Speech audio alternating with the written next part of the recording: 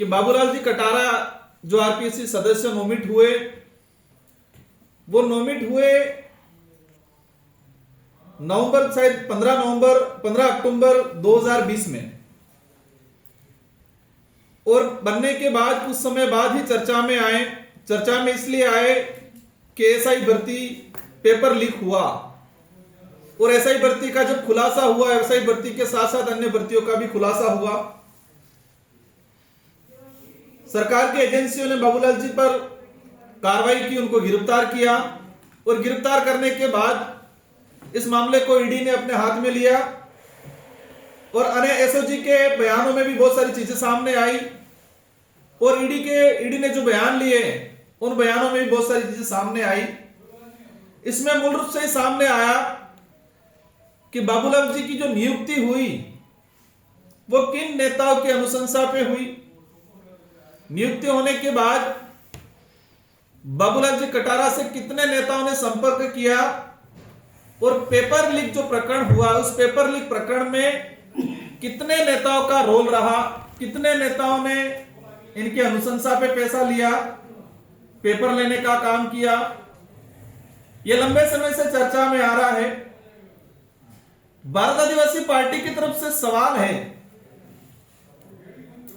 कि इस क्षेत्र के दिग्गज नेता महेंद्रजीत मालवीय कांग्रेस छोड़ के बीजेपी में गए, और जब कांग्रेस में थे उस समय उन पर बड़े आरोप लगे थे भ्रष्टाचार के। बाबूलाल जी कटारा को लेके भी उनसे संबंध अच्छे बताए, उनकी अनुशंसा में इनका मुख्य रोल बताया।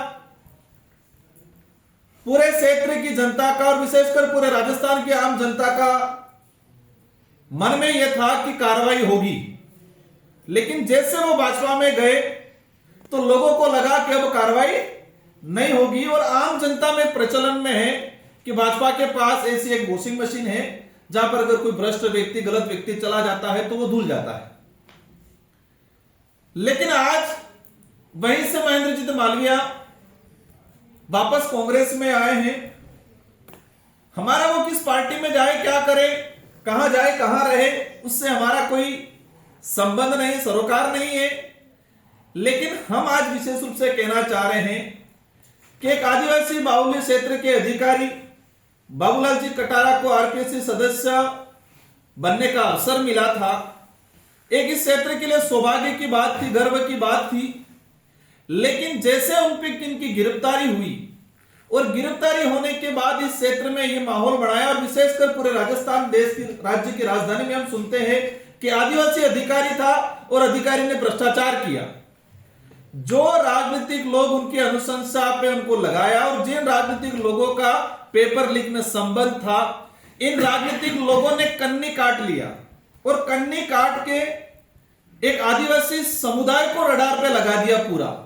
बाबूलाल जी कटारा का संबंध आदिवासी समुदाय और इस आदिवासी बाहुल्य क्षेत्र से बता के इससे, और ये किस कहा जाए कि स्वार्थी राजनेताओं का फैसला था। मैं स्वार्थी राजनेताओं का फैसला इसलिए कहना चाहूंगा, आप सबको विदित है कि काकरी डुंगरी प्रकरण 2020 में हुआ।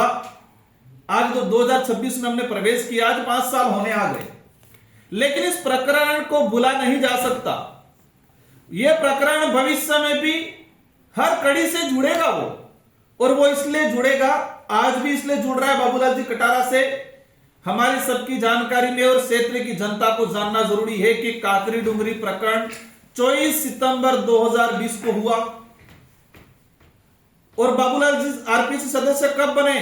15 अक्टूबर 2020 को। मतलब काकरी डुंगरी प्रकरण होने के मात्र 20 दिन बाद बाबूलाल जी कटारा आरपीएससी सदस्य बने, और यह क्लियर है कि काकरी डुंगरी प्रकरण से जुड़ा हुआ मामला था।